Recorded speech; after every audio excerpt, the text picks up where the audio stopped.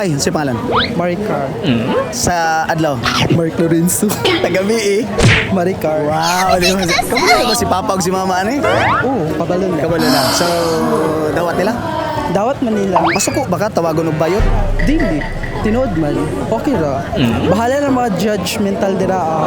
Tuloy lang gyapon ko sa ako. Bahala na sila dira sa mga basher. Halimbawa na mo agi ka dito yan. Inong ka nila. Uy, bayot.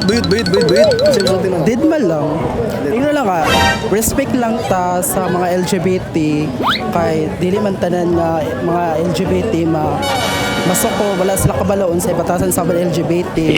Manang mag-respect lang ta sa mga people nga ug unsa ang mga sexual identities. Kung tawagon kag ma'am, Okay ra pod. Nindot ka pun sa feelings tawagon ng ma'am. willing ba ka kung na time nga magpaputol ka?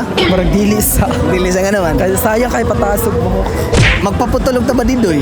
Chance ka magpapira ka. Oh, sponsoran ka. Dili na ko ipausa bo sa gihatag sa ko.